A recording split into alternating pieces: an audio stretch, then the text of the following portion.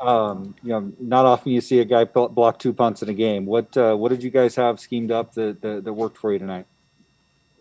We knew, with the scheme that they had, that I could come off the edge, use my speed, and go get one. We ended up getting two. So it was a great job by the coaches this week. Great job by the players executing.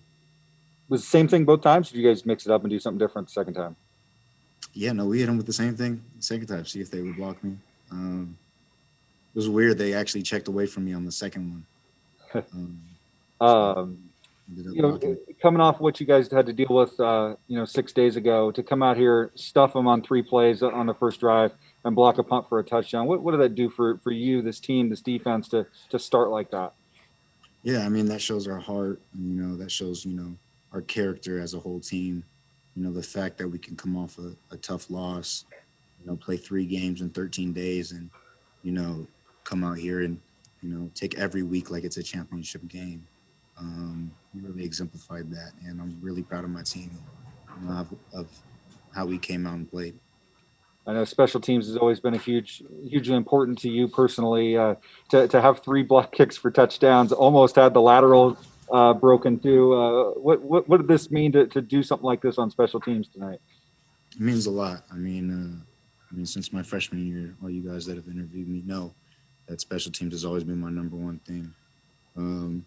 So the fact that, we could execute all of that, and have it play out the way it did, that's really big for our program. And that's really big for our coaches, and, just having trust in each other and our scheme. That's what we talk about here. We exemplified that. Thanks, Avery. All right, BJ. Avery, just, how much more fun was tonight with all the block kicks and Nick Crabtree scoring a touchdown on the fumble, and just with the way the game did go 6 days ago, just to have that kind of performance on offense, defense, special teams had to be a pretty good feeling overall. Yeah, I mean, one of the things we talked about most was, obviously we have a lot to focus on, but go out there and have fun today. And, as you can see, we had fun on all 3 sides of the ball. And, it feels really good when you put a hard work in every week, and then you get the result you want on game day. And there was obviously a lot of mistakes tonight.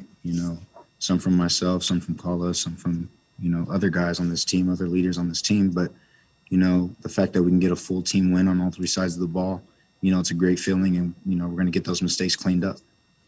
You mentioned the 3 games in 13 days or whatever it is, 12 days. Obviously been a tough stretch for you guys. I mean, to get the win tonight and get a couple extra days now to kind of reset, for the Hawaii game and stuff. How's that feel? I guess kind of the mindset moving forward. Yeah, it's great. We're somewhat getting back to normalcy. This is college football though, so under any circumstances, that's really not easy for a team to do. So big ups to all our linemen, because they're getting really physical in there every single play. That's not easy to do. So obviously we're going to celebrate this win the right way, and we're going to take our time off and recover. But we're back to a championship game, championship week against Hawaii. Same motivation, same focus. All right, Jay. Avery, when you're not returning punts and you come up on the line of scrimmage, how often does that pay off? Because I feel like whenever you make that move, it's pretty successful. Yeah. I don't know how many we did last year. I got 1 punt block last year. I think we only did it maybe 6 times last year. This year I've tried to block maybe 4. And yeah, so no, I watch a lot of film, even special teams. I'm in here every night with the coaches, talking schemes, talking, whatever we need to do. And since I've been a freshman, I'm always the one that was, hey, we can get them on this special teams. We can do this, we can do that. So not only is it expected of myself, but it's expected of my coaches and my teammates. So they're not completely surprised when I go out there and do things like that. I remember your freshman year when you were going down to San Diego, and you said that you felt like you saw something you could take advantage of, and then you housed I think that was your very first punt return for a touchdown. Did you? Is your second? Sorry, it was your second. Did you see something tonight going into this one where you felt like you could have a big night? I mean, yeah, when you play, Ryan Stonehouse in Colorado State, you're going to have opportunities because he's such a great punter. He has such a big leg. The all-time leader in the NCAA for average punt. You're going to get opportunities if guys up front make their blocks on the gunners and things like that. So this is always a big game for me, and I take pride in the fact that I get to go against the best punter in the country. One more, Avery, and you kind of led me to my next question. Ryan is one of the all-time greats when it comes to punting in NCAA history. Yeah. I noticed after your return down the right sideline, it was probably your best return of the day. You know what I'm talking about, don't you? I know exactly what you're talking about. He had some choice words, probably to himself, as he was walking off the field, and I saw you peek back over at him. How good did that feel? What was that about? It's probably because I was messing up his average. But no, I mean, just like anybody, I talked with him after the game. We have a lot of mutual respect for each other. We've been seeing each other since both of our freshman years. And, he's just a competitive guy. And, regardless of who it is, it's never, I doubt he would ever want a returner getting that far, that many yards. So, I can see how it's frustrating for him. But, I thought they actually did a good job tackling tonight. Avery, thanks, man. Congrats. Appreciate it. Thanks, Jack. Well, Rachel and then Will. Avery, your defense tonight was a little bit stressed with a lack of folks on the defensive line. What was that transition like for Ben Dooley going from offensive line to defensive line tonight as you watched him during practice?